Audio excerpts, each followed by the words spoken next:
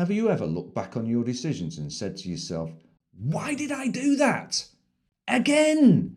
It's not lack of discipline, it's not lack of intelligence, it's not lack of willpower. You see, your brain will always choose short-term comfort over long-term growth. I'm Steve Maher, I'm a best-selling author, accredited coach, and a registered therapist, and I've helped hundreds of clients in over 3,000 hours of coaching sessions transform their lives. In this video, I'm going to show you a couple of things. The first thing is how your brain has this tendency to choose short-term relief. And secondly, the simple and powerful shift that I help my clients with that enable them to choose growth even when anxiety shows up. But stay with me to the end, because I'm going to also share with you that one question, the question I ask my clients that when they're stuck, that almost always changes what they do next. Let me tell you a story that's both uncomfortable and brutally honest. You see, a number of years ago, I worked for a large bank up in London. The commute to work was 2 hours long, involved standing up on a packed train with my face in someone else's sweaty armpit. I then have a really tough day at work and then have the joy of the repeat journey back home, another 2 hours on a packed train. My house is at the top of a steep hill, and I used to call that walk back up the hill the trudge. Now, on that journey each day, I very often ask myself the question, what am I doing with my life? On the outside, everything looked like success. I had a great job, a great career, and a wonderful house. But on the inside, I just felt tired, frustrated, and unhappy. So when I finished my trudge and I walked through the front door, on automatic pilot, I used to walk straight to the fridge and pop open a bottle of beer or pour a nice glass of wine. You see, the problem with that is that was starting to happen every single day, and if I'd had a particularly bad day, that one beer might turn into 2, 3 or 4. You see, at first this wasn't much of a problem. It was actually quite nice to have the odd drink. But over time, this was started to become my norm. The units started racking up, my sleep quality went down, I was waking up feeling tired, and then my next day became harder and harder. So I decided I needed to stop. But the strangest thing is, I couldn't. Every day I'd come in from work and I'd be like some zombie out of some zombie apocalypse movie, going to the fridge and opening that beer. And I knew this was really bad for me in the long run, a really bad long-term strategy, but I just couldn't stop. So what's going on here? You see, your brain's top priority is not your long-term goals. It's not your true life potential. It's not helping you lead the life that you want to lead. Its priority is reducing discomfort now. That's why we avoid the difficult conversation we need to have, like the honest conversation with our boss, and then we stay stuck in a job that we outgrew years ago. It's why we doom scroll on TikTok instead of picking up a book and actually learning something. It's why we delay going to the gym because we feel a little bit tired today. I'm going to do that tomorrow. And here's the sad thing. When we do that, we feel really disappointed and frustrated with ourselves and beat ourselves up. Now, I want to be very clear about something here. This is not a motivation problem. It's not about being lazy. I don't believe anyone is actually truly lazy, and it's not a character flaw.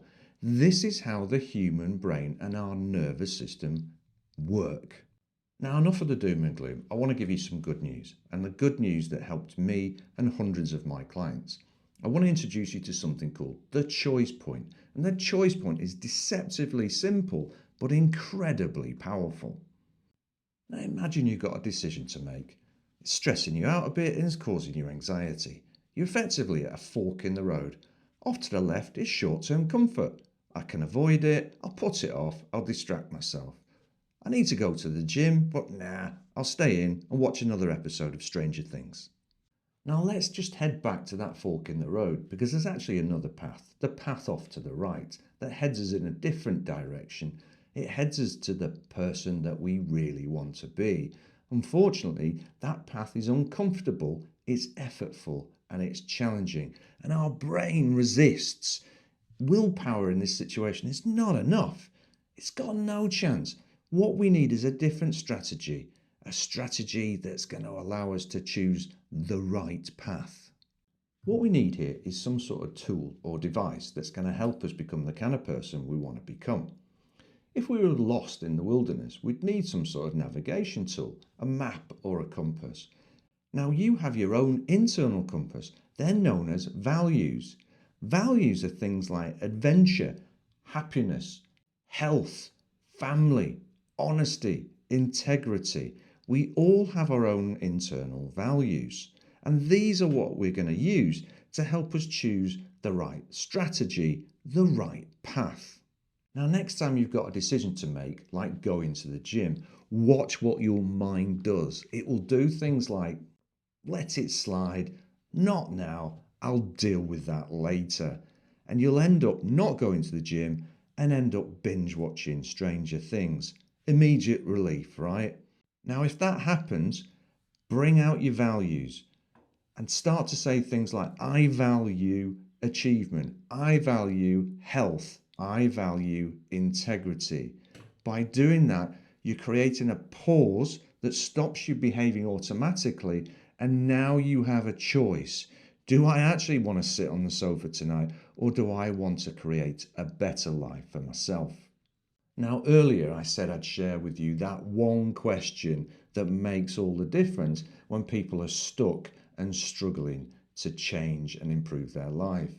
When discomfort shows up, ask yourself this question: what are the 2 things in my life that I'm most proud of? And I can tell you now, it's not going to be popping to the supermarket for the weekly shop. When I ask that question, I hear the same story over and over again. And this is the story of the time when I put myself in a situation where I was challenged, stretched, and didn't know if I could do it. I pushed myself beyond my comfort zone, got through, and achieved what I set out to do. It's the story of passing an exam I didn't know if I could do. It's running that race that I didn't know if I'd have the strength or endurance to do it. It's applying for that job where I wasn't sure if I could achieve it or not. Training your brain is not about being fearless. It's demonstrating courage in the face of a situation where you're not sure you can do something and doing it anyway. You see, comfort is like the sirens. It's like singing to you, luring you onto the rocks of stagnation. Every time you choose your values over avoidance, even in small ways, you're training your brain to cope with that discomfort in the service of something better. You're choosing growth, you're choosing the right path.